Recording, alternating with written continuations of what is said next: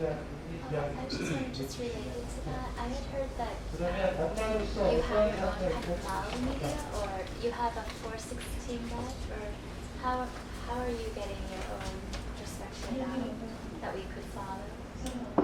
저기 그 마을 모임 제가 제대로 인지를 하고 있는지 모르겠는데 마을 모임이라든지 같은 게 있다고 들었는데요. 그렇다면 지금 이렇게 말씀하시는 것들을 대외적으로 어떤 방식을 통해서 이렇게 소통을 하시는지요? 저희 아이들의 고향이 저희가 좀 소홀했습니다. 그래서 지금에 와서 저희 부모들이 이 지역의 공동체를 다니면서 지금 알고 있는데요. 여기도 실제 아파합니다. So while we were doing national tours, we didn't really pay enough attention to Ansan, where the children actually live. So this year or more recently, we've been doing more local things, and we realized that a lot of people are really suffering. 네, 여기 안산 시민들도 뭐라 할까요? 부모가 딱 가서 손을 인자는 같이 살고 싶다고 손을 내밀었을 때 아파. 네, 부모들이 안산 시민이 아프다고 합니다. 우리도 이뤄가고 싶다고 합니다.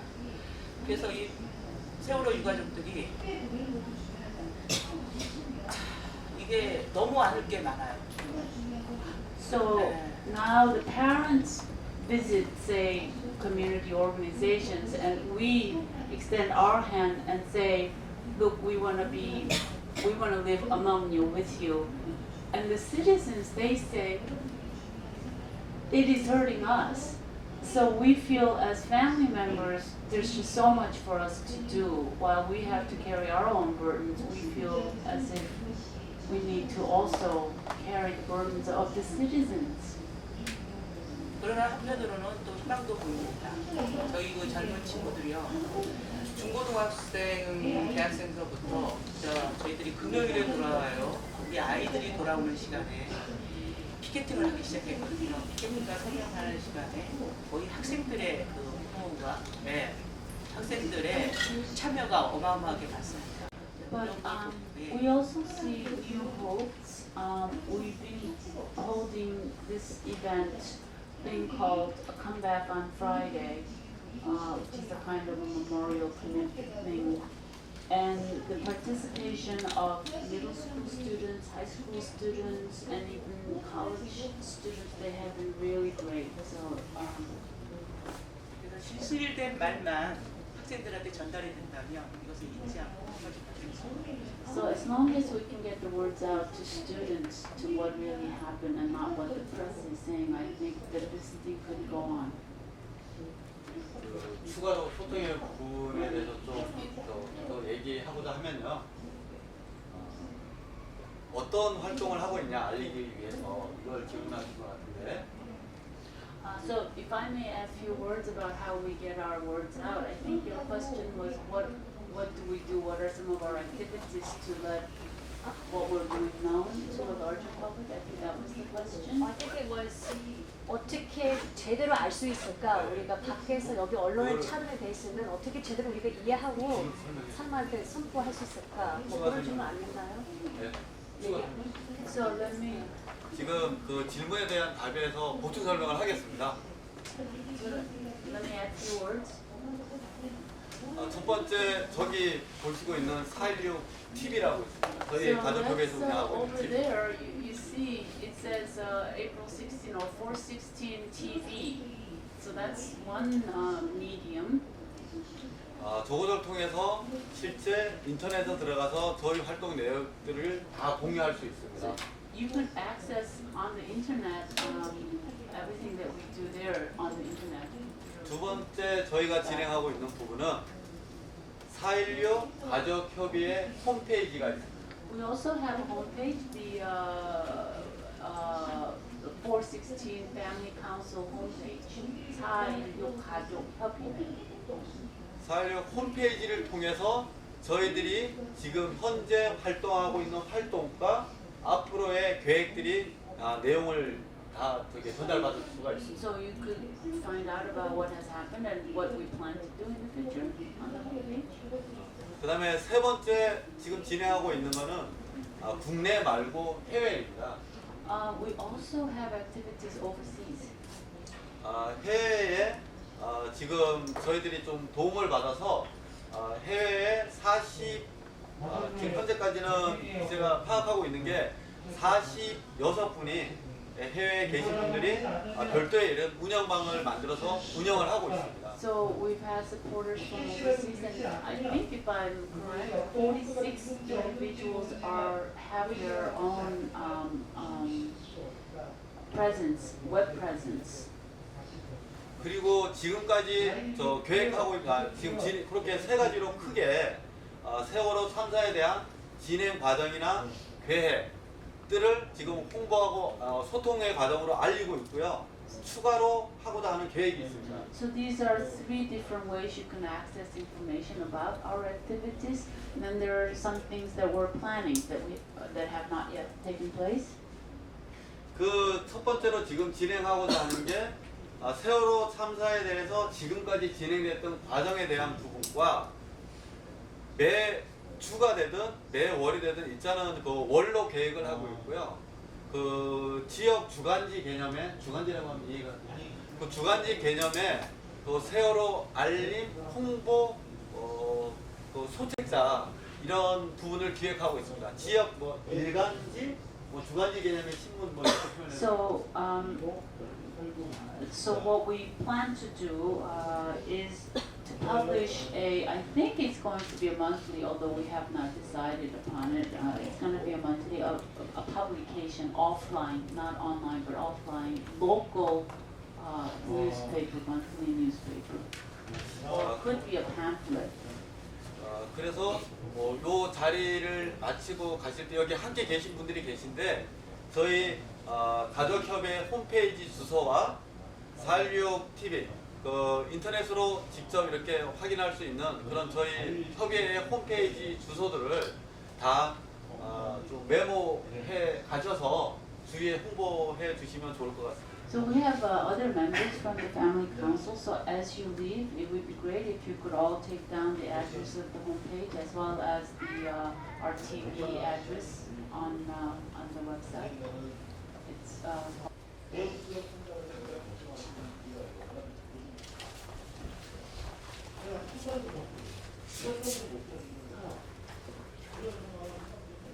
Thank you, Susie, for addressing me. My name is Pandit Rochanakit from Thailand. I used to work as a member of the subcommittee of the Truth Commission of Thailand for the case of a crackdown in 2010. And up until now, those victims are still in vain. They don't have justice yet. So I'm still working on the research project in order to understand the role of truth commissions in ASEAN countries and including South Korea.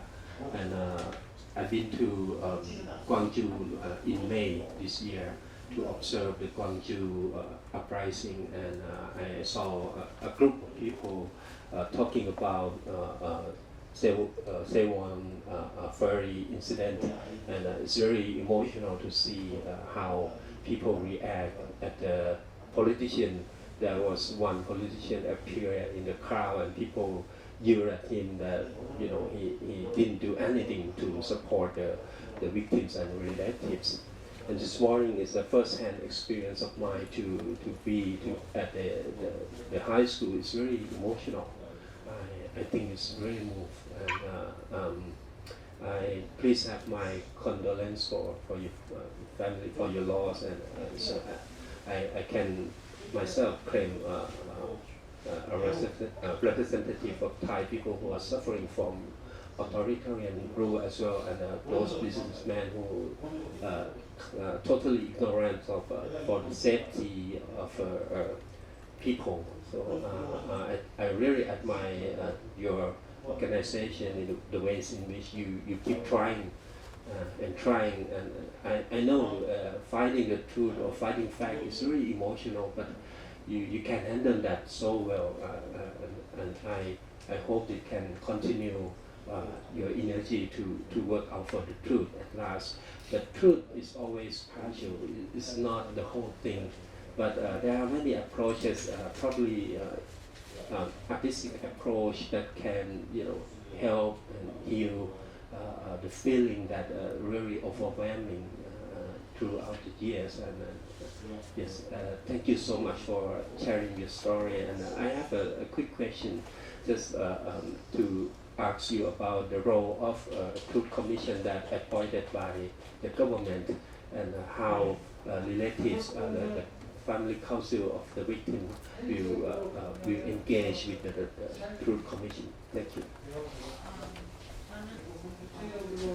태국에서 왔고요. 2010년도에 있었던 대규모 학생 시위 탄압 과정에서 희생됐던 학생들, 유가족 혹은 학생들과 관련해서 진실 규명 소위원회의 멤버로도 참여를 했던 사람입니다. 그래서 각국의 진실 규명이 어떻게 진행이 되는지 더 공부하고자 하고 해서도 이번에 참여하게 됐는데요. 5월달에 제가 한국에 방문해서 광주를 방문해서 그 광주 항쟁에 대해서도 또 제가 직접 또 알게 되고 그럴 기회를 가졌었는데, 그때 방문을 했을 때 세월호 관련해서도 많은 분들께서 말씀을 하셨습니다. 그래서 여러 가지로 그때도 감동적이었는데요. 개인적으로 그 가족을 이루신 여기 계신 그 유가족의 심심하지만 제 조의를 표시하고 싶습니다. 태국에서도 마찬가지로 이 권위주의 정부와 또 그야말로 돈만 추구하는 어떤 기업가들 때문에 많은 사람들이 희생을 당했고, 그 희생자들이 어떻게 희생을 당했는지에 대한 진실 규명이 계속되고 하고자, 저희도 그렇게 하고자 노력을 하고 있는데요. 여러분들의 활동을 정말로 존중을 하고, 이 진실 규명이라는 것은 굉장히 어려운 일이기도 하고, 또 진실을 규명한다는 것은 진실만 규명하는 게 아니라 이렇게 어마어마한 사건을 당했을 때 일어났던 어떤 그런 그 슬픔, 상처 이런 거를 치유하고 하는 그런 복합적인 과정이라고 생각을 하는데요. 그 여러분들의 유가족분들의 그 이야기를 이렇게 공유를 해주셔서 감사하고, 또 이렇게 쉬지 않고 끊이지 않고 지치지 않고 굉장히 어려울 텐데도 계속해서 싸움을 해주시는 거에 대해서도 감사를 드립니다. 그래서 진실 규명에 대한 질문이 있습니다. Yes, the role of Truth Commissions that just appointed, because I heard this morning that though they are appointed, but they have no budget, they have no power 그러니까 특조위의 역할과 특조위 역할에 대해서 질문하신 거고요. 그리고 특조위와 가족위원회와의 관계가 어떻게 되어 있는가, 두 가지 질문하셨습니다. 조사위원회가 저 위원들이 임명은 됐는데 지금 예산이 안 됐다 그런 얘기도 오늘 들었는데요. 가족위원회와의 관계는 어떤 건지도. 특별조사위원회를 저희 가족협회는 독립적인 기관으로 인정을 합니다. 그래서 특별조사위원회의 독립성과 중립성, 객관성 자체는 저희들이 부인하지 않는다라는 얘기를 드리고요. 그래서 특별조사위원회가 제대로 된 진실 규명을 해줬으면 좋겠다. 그러기 위해서 우리 가족들은 지금 현재 참사 당시부터 지키고 있고 지금까지 보관하고 있던 많은 자료들이 있는데 특별조사위원회와 공유를 할 것이다라는 얘기입니다. 그 중에 밝혀야 될 진실 82대 과제 부분은 이미 특별조사위원회에 전달을 하고 국민들에게도 알리는 그런 발족식을 가졌다. 진실 규명을 위한 세월호 인양 3대 특별 과제, 진상 규명 부분에 있어서 11개 부분에 33개의 과제, 안전사회 대책 부분 4개 분야에 24개 과제, 추모 지원 대책 6개 분야에 22개 과제, 그리고 이런 부분을 공유하는 부분에 있어서는 특별조사위원회가 제대로 진상규명 활동과 안전사회 건립을 위한 추구하는 목적을 정확하게 진행하고 있는지를 우리 가족들이 별도로 시민들과 모니터링단을 구성해서 제대로 감시를 할 것이다. 제대로 된 특별조사위원회 활동이 안 될 시에는 우리 가족들과 시민분들이 함께 참여해서 국민 진상조사단을 발족을 했고 별도의 활동을 해서 특별조사위원회 관계에 지원하는 역할도 하게 될 것이다. 그리고 추가로 지금 진행 중인 부분이 지금 저희 가족들이 가지고 있는 영상이나 기록 혹은 현장 상황의 사진 또한 기간보고 그 다음에 재판 과정에 대한 모든 자료들을 지금 방대한 자료를 저희 가족협의회에서 보유를 하고 있습니다. 그거에 대한 부분을 현재 여기 계신 여기 바깥분까지 포함해서 이런 자료실을 지금 만들어 놓았습니다. 또 또한 그 분야 각계 분야의 전문가들의 자문과 도움 또 우리를 지원해주고 있는 법률 자문단 그다음에 민간 과거사에 그런 활동들을 하셨던 민간 조사단으로 구성된 그런 분들이 지금 그 활동들을 이 4.16 가족협의회 내에서 진행을 하고 있습니다. 저희들 열정은 어제도 밤을 새면서 그 VATS 영상에 대한 분석 자료는 지금 일주일째 낮밤 가리지 않고 하고 있습니다. 세월호 사건 당시에는 미국 대학에서 가르치고 있다가 이제 그 후에 일본 대학으로 옮겨서 가르치고 있는 서재정입니다. 우선 말씀을 드리고 싶은 거는 해외에 있는 학자들도 세월호에 관심을 많이 갖고 지켜보고 있을 뿐만 아니라 동참을 하기 위해서 노력을 했다는 거고요. 그 특별법 제정하는 과정에서 600여 명의 해외 학자들이 그 촉구 서명을 한 바 있습니다. 그리고 시행령이 좀 왜곡된 방향으로 나왔을 때 시행령 개정을 촉구하는 서명에 200여 명의 해외 학자들이 참가한 일도 있고요. 또 지금 거의 10여 명 되는 해외 학자들이 세월호 사건을 계기로 한국 사회의 총체적인 문제점들을 분석하는 그 저술 작업을 하고 있습니다. 그래서 영어로 이런 책을 출간할 그런 작업들을 진행을 하고 있습니다. 이런 과정에서 저희 참가자 중에 한 사람이 한 얘기가 있습니다. 이 세월호가 침몰하고 학생들이 죽는 과정을 보면서 진짜 화병이 날 정도로 마음이 아팠는데 오히려 서명작을 동참을 하고 그래도 뭔가 할 수 있다 생각을 하니까 그리고 뭔가라도 하니까 좀 치유가 되는 것 같더라 이런 얘기를 했고요. 그래서 그 학자의 말을 전하면서 저희 해외 학자들에게 그런 힐링의 기회를 주신 가족분들께 감사를 드리다는 그런 말씀을 전하고 싶습니다.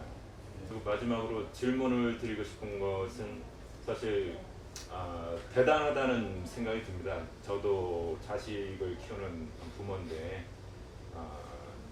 자식은 진짜 가슴에 묻는다고 하지 않습니까?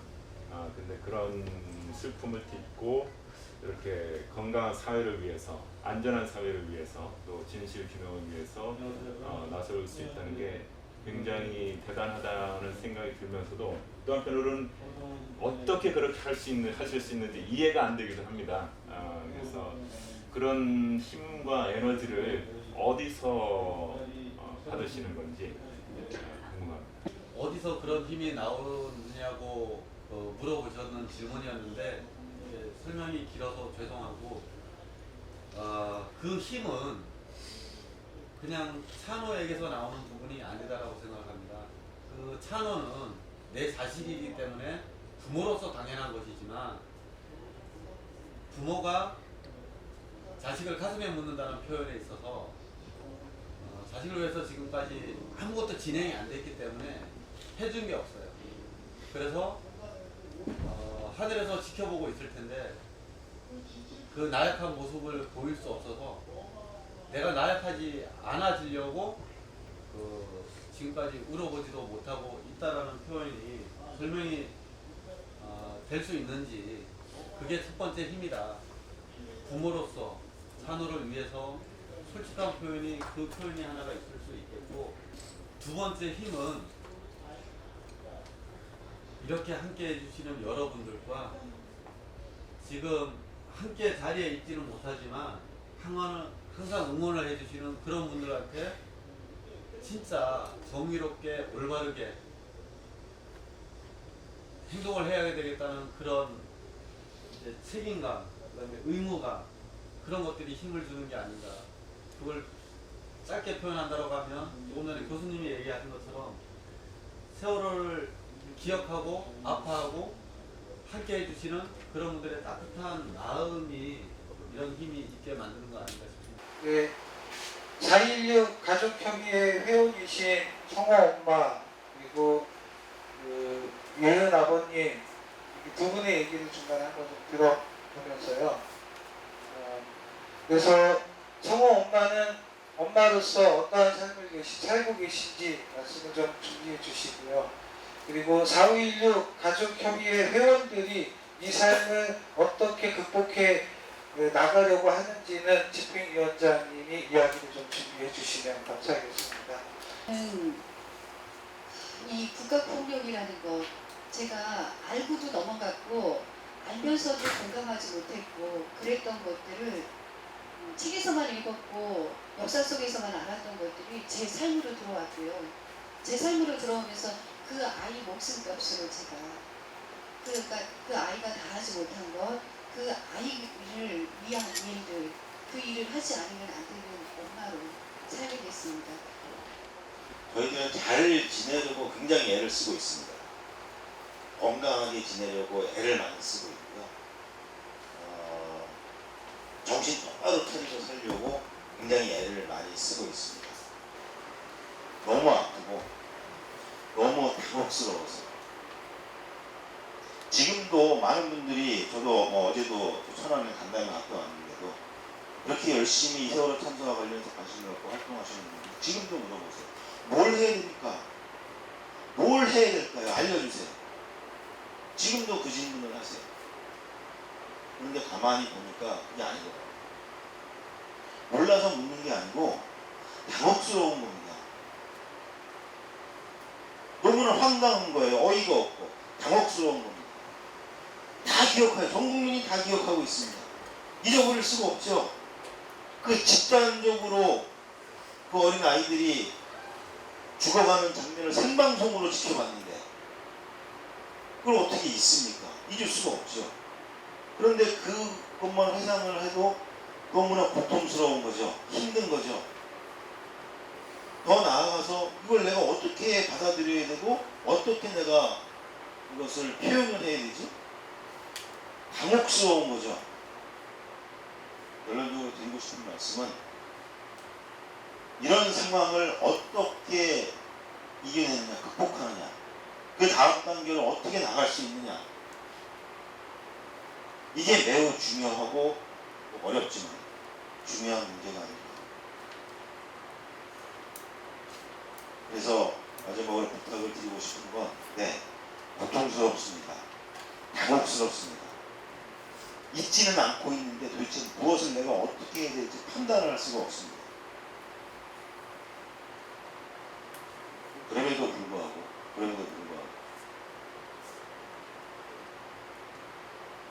저희 아이들과 계속 직접 만나는 그러한 자리, 만나는 그런 시간을 의도적으로라도 가지기 위해서 애를 써주시기를 부탁을 드리겠습니다. 멀리서 어떤 참사 뉴스로만 듣던 그런 현장에 아이들이 살았던 현장에 와서 제가 지인이라는 생각이 들었어요.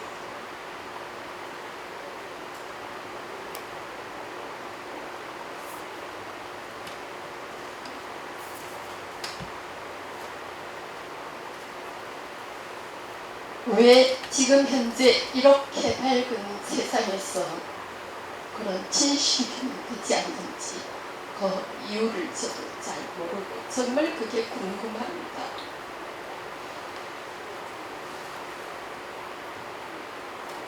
지금 유가족분들이 원하는 것이 바로 그 진실이지요. 우리도 정말 우리 살면서 역사의 진실이 제대로 밝혀서 본 적이 있는지 모르겠습니다.